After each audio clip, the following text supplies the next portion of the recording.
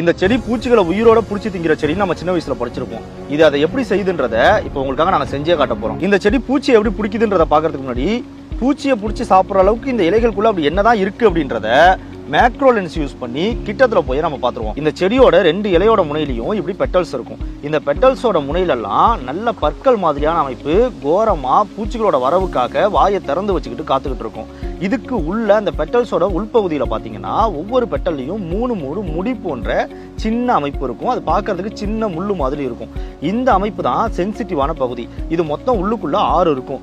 இதுல ஒரு பூச்சி வந்து பட்டதும் தான் சரி உள்ள பூச்சி வந்துருச்சு அப்படின்னு தெரிஞ்சு அந்த பெட்டல் உடனடியாக க்ளோஸ் ஆகிக்கும். ஆனா இது ஒரு தடவை அந்த பூச்சி அதை தொட்டாலாம் க்ளோஸ் ஆகாது. 2 தடவை தொட்டா மட்டும் தான் க்ளோஸ் ஆகும். வேணா இப்ப பாருங்க, நான் இந்த ஊசியை வச்சு ஒரு தடவை தொடுறேன். இப்ப இதுல எந்த மாற்றமும் நடக்கல. ஆனா இப்ப 2வது தடவை நான் தொடும்போது என்ன நடக்குதுன்னு பாருங்க.